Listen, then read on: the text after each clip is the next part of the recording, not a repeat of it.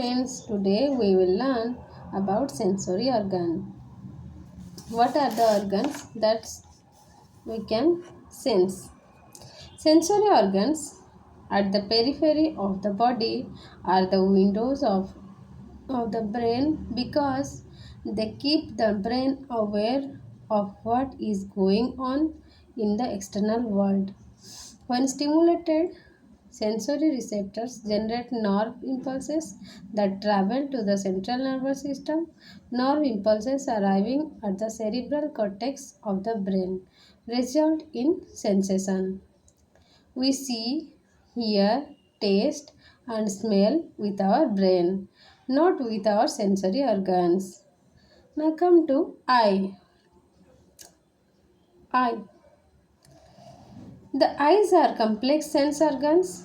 Each eye has a layer of receptors, a lens system that focuses light on these receptors, and a system of nerves that conducts impulse from the receptors. The eye may be compared to a video camera which collects images, converts them into electrical impulses, records them on magnetic tape, and allows their visualization by decoding the tape information. The eye focuses on an image by projecting that image onto the retina.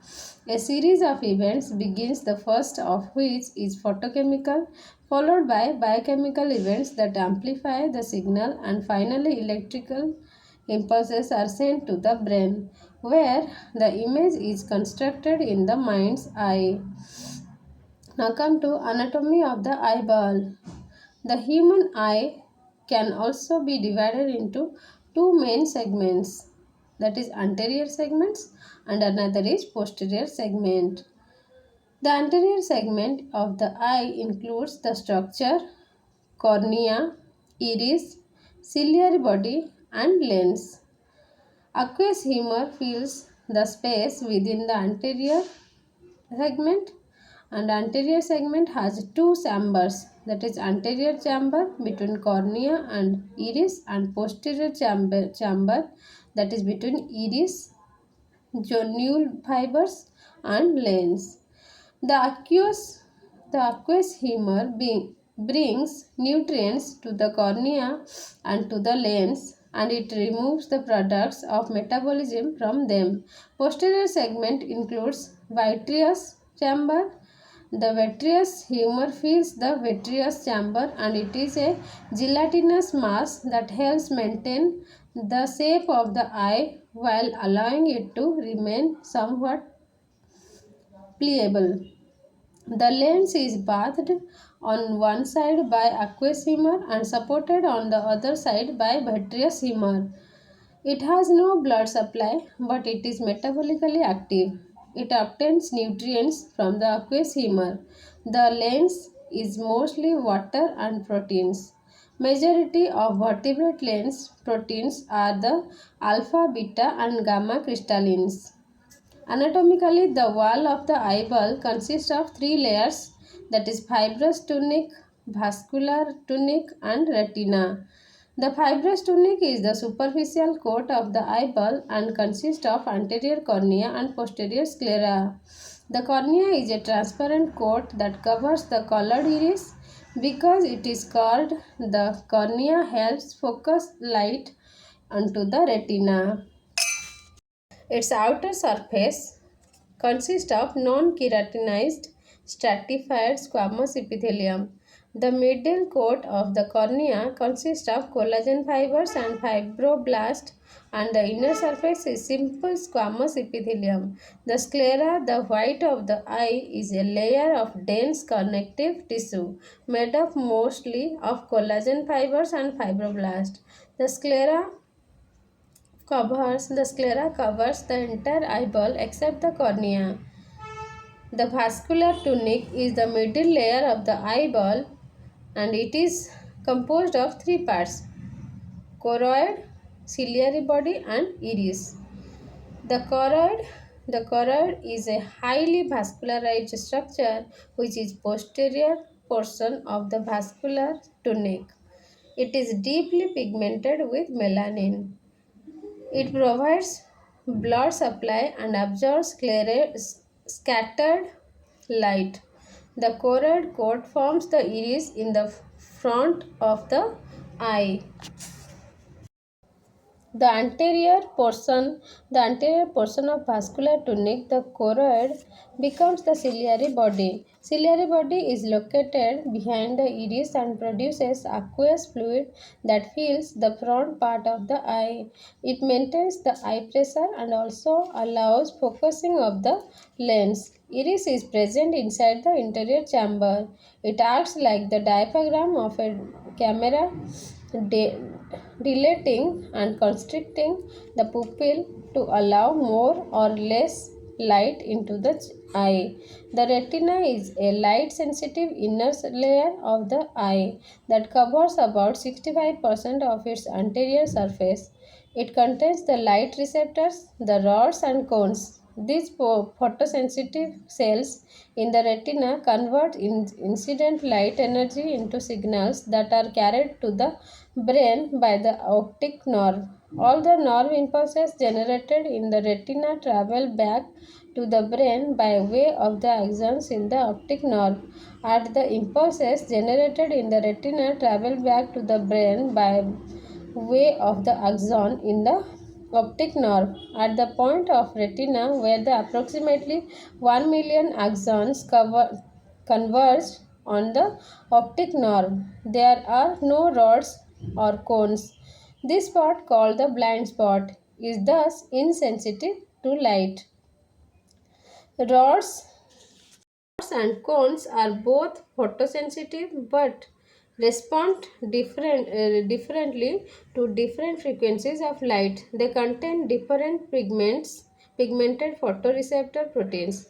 Rod cells contain the protein rhodopsin and cone cells contain different proteins for each color range. Rhodopsin, a transmembrane protein of rods, breaks down into opsin and retina, while iodopsin of cones breaks down into photopsin and retinal. Now come to rod vision. Rhodopsin is the light absorbing pigment of the rods. This G protein coupled receptor GPCR consists of an opsin of 348 amino acids coupled to retinal. This physical change in retinal triggers the following chain of events culminating in a change in the pattern of impulses sent back along the optic nerve. First is formation of all transretinal activates its opsin. Activated rhodopsin in turn activates many molecules of G protein called transducin. Transducin activates an enzyme that breaks down cyclic GMP. Fourth point is the drop in concentration of cGMP closes Na channels in the plasma membrane of the rod. Because these positive ions can no longer enter the interior of the cell becomes more negative. The hyperpolarization of the cell leads to decreased release of transmitter molecules glutamate at the synapses. The reduction in glutamate release activates some neuron pathways and inhibits others. The interplay of excited and inhibited interneurons modulates the spontaneous firing of the ganglion cells to which they are connected. Now come to cone vision. Although cones operate only in relatively bright light, they provide us with our sharpest images and enable us to see colors. Two or three types of cone photoreceptor and a single type of rod photoreceptor are present in the normal mammalian retina. Some non-mammalian retinas have even more cone types. Most of the 3 million cones in each retina are confined to a small region just opposite the lens called the fovea or fovea centralis. It is the center of the eye's sharpest vision and the location of most color perception. The three types of cones provide us the basis of color vision. Cones are tuned to different portions of the visible spectrum. Red observing cones, those that observe best, are the relatively long wavelengths peaking at 565 nanometer. Green observing cones with a peak absorption of at 535 nanometer. Blue observing cones with a peak absorption at 440 nanometer. Retinal is the prosthetic group for each pigment. Differences in the amino acid sequences of their opsins account for the differences in absorption. Like rods, the absorption of light does not trigger action potentials but modulates the membrane potential of the cone. Now come to difference between rods and cones. Rods are used for scotopic vision. Cones are used for photopic vision. Rods are very light sensitive. Cones are not very light sensitive. Rods loss causes night blindness and cones loss causes legal blindness. Rods not present in fovea but cones concentrated in fovea. Rods slow response to light. Rods are slow response to light. Cones are fast response to light. Rods are one type of photosensitive pigments and cones are three types of photosensitive pigment in humans. Rods are confer achromatic vision but cones are confer color vision. Now come to ear. Let's know about ear. The human ear serves as an astounding transducer, converting sound energy to mechanical energy to a nerve impulse which is transmitted to the brain. The ear consists of three basic parts: the outer ear, the middle ear, and the inner ear. Each part of the ear serves a specific purpose in task of detecting the interpreting sound. The outer ear serves to collect and channel sound to the middle ear. The middle ear serves to transform the energy of a sound wave into the internal vibrations of the bone structure of the middle ear and ultimately transforms these vibrations into a compressional wave in the inner ear. The inner ear serves to transform the energy of a compressional wave within the inner ear fluid into nerve impulses which can be transmitted to the brain. Now come to outer ear. The outer ear consists of an outer auricle, that is pinna, auricular pinna, and an S-shaped tube, the external auditory meatus. The external auditory meatus passes into the temporal bone. It is lined with skin that contains numerous modified sweat glands called ceruminous gland, which secrete wax. The function of the outer ear is to collect sound and funnel it to the eardrum. Eardrum acts as a boundary between the outer and middle ears. It is a thin, translucent connective tissue membrane covered by skin on its external face and by mucosa internally. Sound waves makes the eardrum vibrate. The eardrum in turn transfers the sound energy to the tiny bones of the middle ear and sets them into vibration. Now come to middle ear. The middle ear consists of an air-filled space in the temporal bone called the tympanic cavity that separates the external and inner ears. An eardrum, a tympanum, and three small bones called the auditory ossicles. The malleus, that is hammer, incus, alternatively known as anvil, and stapes. Auditory ossicles form a system of levers which are linked together and driven by the eardrum. The movement of the eardrum will set the hammer on wheel and stirrup into motion at the same frequency of the sound wave. The stirrup is connected to the inner ear, and thus the vibrations of the stirrup are transmitted to the fluid of the inner ear and create a compression wave within the fluid. The middle ear is an air-filled cavity which is connected by the eustachian tube to the mouth. This connection allows for the equalization of pressure within the air-filled cavity of the ear.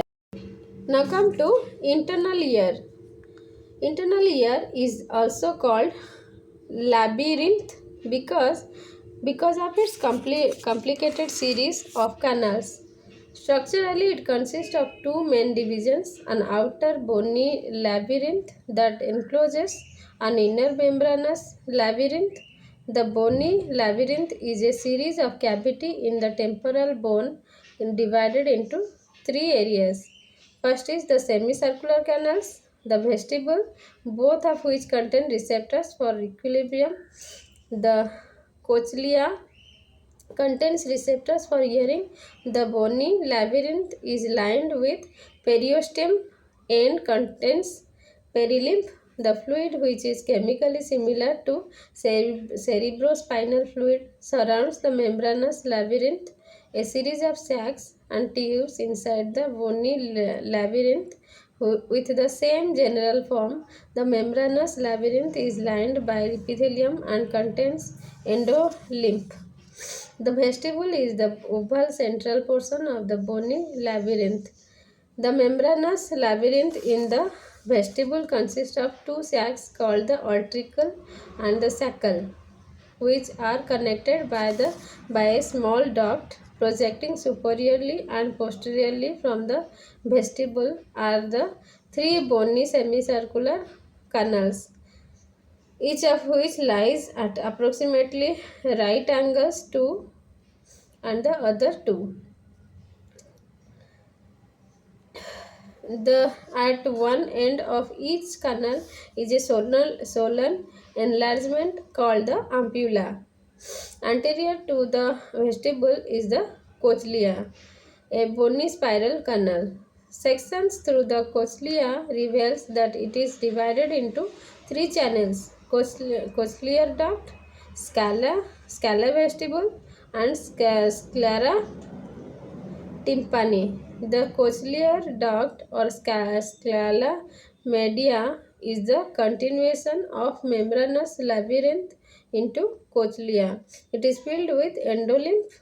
The channel above the cochlear duct is the scala vestibuli, which ends the oval window. The channel below the scala tympani, which ends at the round window, These chambers are filled with perilymph. The scala vestibule and scala tympani are completely separated except for an opening at the apex of the cochlea, the helicotrema. The vestibular membrane separates the cochlear duct from the scala vestibuli, and the basilar membrane separates the cochlear duct from the sclera tympani. Resting on the basilar membrane is the spiral organ or organ of Corti. The spiral organ is a coiled sheet of epithelial cells including supporting cells and about 16,000 hair cells which are the receptors for hearing. The tectorial membrane, a flexible gelatinous membrane, covers the hair cells of the spiral organ. Now come to physiology of hearing. First is the auricle directs sound waves into the external auditory canal. The auricle directs sound waves into the external auditory canal. Sound waves strike the eardrum. The air causes the eardrum to vibrate back and forth. The central area of the eardrum connects to the malleus, which also starts to vibrate. The vibration is transmitted from the malleus to the incus and then to stapes. As the stapes moves back and forth, it pushes the membrane to the oval window in and out. The oval window vibrates. The movement of the oval window sets off fluid pressure waves in the perilymph of the cochlea. Pressure waves are transmitted from the scala vestibuli to the scala tympani and eventually to the round window.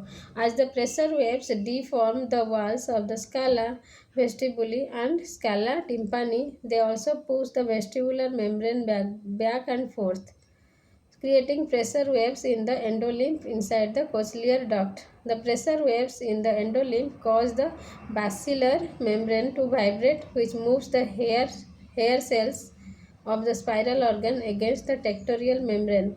Bending of the hair cells stereocilia produces receptor potentials that ultimately lead to the generation of nerve impulses. Sense of equilibrium. Mechanoreceptors in the semicircular canals detect rotational movement of the head, while mechanoreceptors in the utricle and sacral detect movement of the head in the vertical or horizontal plane. Rotational equilibrium. Rotational equilibrium involves the semicircular canal which are arranged so that there is one in each dimension of space. The base of each of the three canals, called the ampulla, is slightly enlarged. Little hair cells whose stereocilia are embedded within a gelatinous material called a cupula are found within the ampulle. Because there are three semicircular canals, each ampulla responds to head rotation in a different plane of space. As fluid within a semicircular canal flows over and displaces a capula, the stereocilia of the hair cells bend and the pattern of impulses carried by the vestibular nerve to the brain changes.